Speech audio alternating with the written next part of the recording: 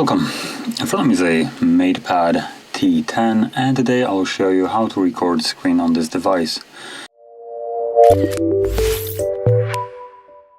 And starting off, all you need to do really is pull down the notification panel like so, extend it, and you should find the toggle right over here, at least that's where it is for me. So you can tap on it. It will bring up a couple of windows to allow access to storage and a microphone so it can record. And then it gives you information that during screen recording, all operations on the screen will be recorded. Well, obviously that's the point of it. So just tap on OK. And then it gives us a brief overview of, well, the settings that we have here, and they are really limited. So we can toggle on off microphone and pause or stop the recording. So let's tap on got it, and it automatically starts recording with the mic on, so I just turned it off, and you can see there is a timer right now how long it's been recording. So whatever I will do right now will be recorded.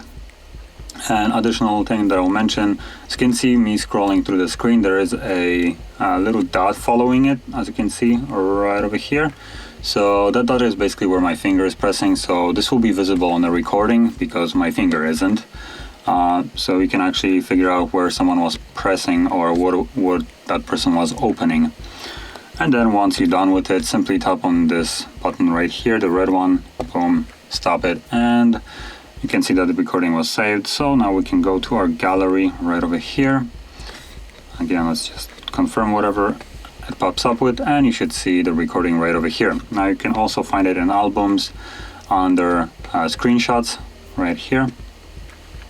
So whichever way you go about it, it's completely up to you, but from here you can tap on play, and again we need to allow access to media, and give it a second. It's right now playing, I believe.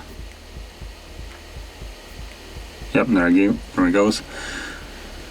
So as you can see, this is basically the recording, not much to it.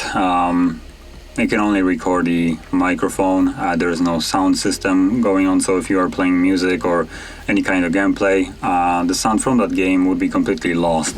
So that's a little bit of a shame.